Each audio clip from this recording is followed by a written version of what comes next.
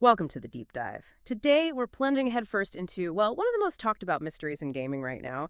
I'm talking about the mind-bending narrative twists of Final Fantasy VII Remake and Rebirth.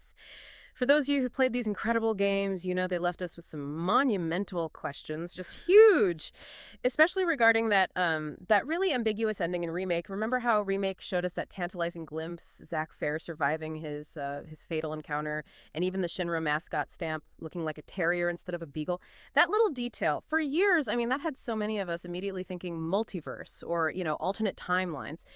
It really seemed like defeating the harbinger of fate, those mysterious, ghostly figures who seem to be enforcing the original timeline. It felt like that opened up a whole spider web of parallel realities. It's true, yeah. That initial impression was incredibly strong, hard to ignore.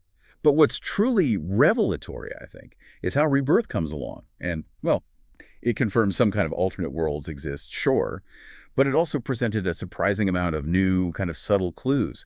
And these clues, they start to gently nudge us towards a much more, spiritual interpretation, tying these other worlds directly to the life stream itself. Okay, so hold on. If it's not the straightforward sci-fi multiverse hopping we all sort of assumed, how do we begin to unravel this? Like, how does Rebirth subtly twist our perception and redefine what we thought was happening with, the very soul of the planet? Let's start right there, actually, with that initial really powerful impression from Remake. A living Zack. A different stamp mascot, and that ominous line, when the boundaries of fate are breached, new worlds are born. Absolutely felt like classic sci-fi multiverse stuff, promising boundless, terrifying freedom like a great, never-ending sky, really set a specific kind of stage. And for good reason, That interpretation was logical, based on what we saw. Absolutely.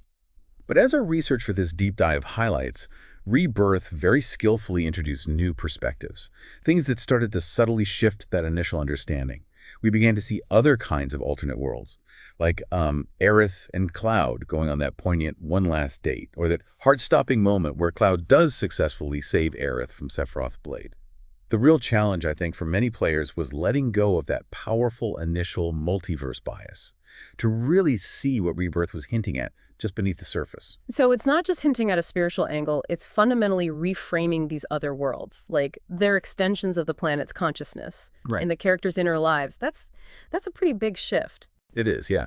But the game really seems to back it up. The implications are profound. It shifts the whole genre, really, away from conventional sci-fi maybe, towards something far more mythological, I'd say, deeply rooted in the planet's spiritual essence. The narrative becomes less about, parallel dimensions flying around and more about the interconnectedness of existence, consciousness, and the actual soul of the world. Okay. But where do the